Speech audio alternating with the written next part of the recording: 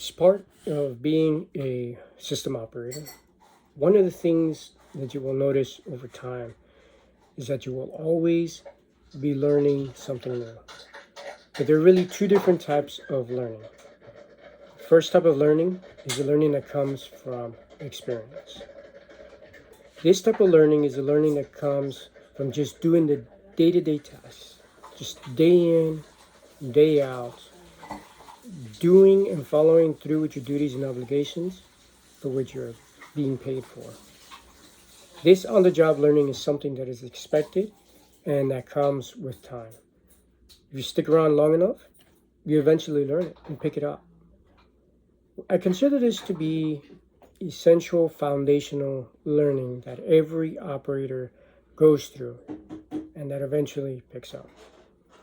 This type of learning, it usually takes operators several years and plenty of patience to develop effectiveness, efficiency, and proficiency in what they do. If an operator solely relies on this type of on-the-job training, the time frame that I noticed for them to actually be proficient is the following. Number one, to get past that rookie phase and to become at least self-sufficient enough to do the job without having somebody directly supervising them or keeping an eye and making sure that they actually do what they're supposed to do, usually takes about 6 months. After about 6 months is usually when new operators finally start getting some sort of comfort and confidence in what they are doing. This is a typical time frame that an operator is considered to be an apprentice and is learning the ropes and just trying to get their head around what it is that they're actually doing. After about 2 years on the job, an operator now by that time has already cemented themselves in their routines and has in their habits, and now has a good feel for this job and the duties and anything that is necessary to get the job done. And by this time, the operator can now be counted on to pretty much take care of business. You don't have to follow through with them, remind them to do this task or that task. They pretty much can handle it and take care of business on their own.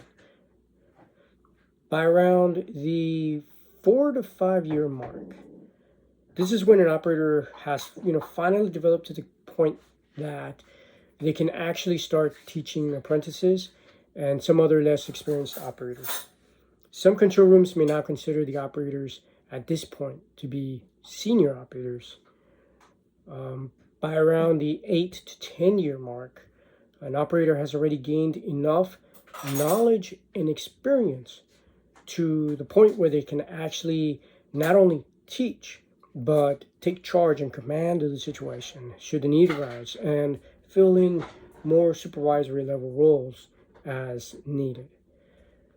Past the 10-year mark, that's when the operator now has a greater likelihood of fulfilling supervisory roles and has pretty much cemented themselves as an anchor within the department. So now at this point, other less experienced operators can turn to them for guidance, for knowledge, and just to have their questions answered. This time frame of learning may not occur in all control rooms. Some control rooms may provide a much higher volume of calls, switching, and overall busyness that the full shift is filled with continuous work. These busier control rooms usually provide an operator with a compressed and accelerated learning curve but it would take normally an operator to learn, just in normal day-to-day routines, where it would take them to learn in about 5 years. They usually learn it in about 2 years or less.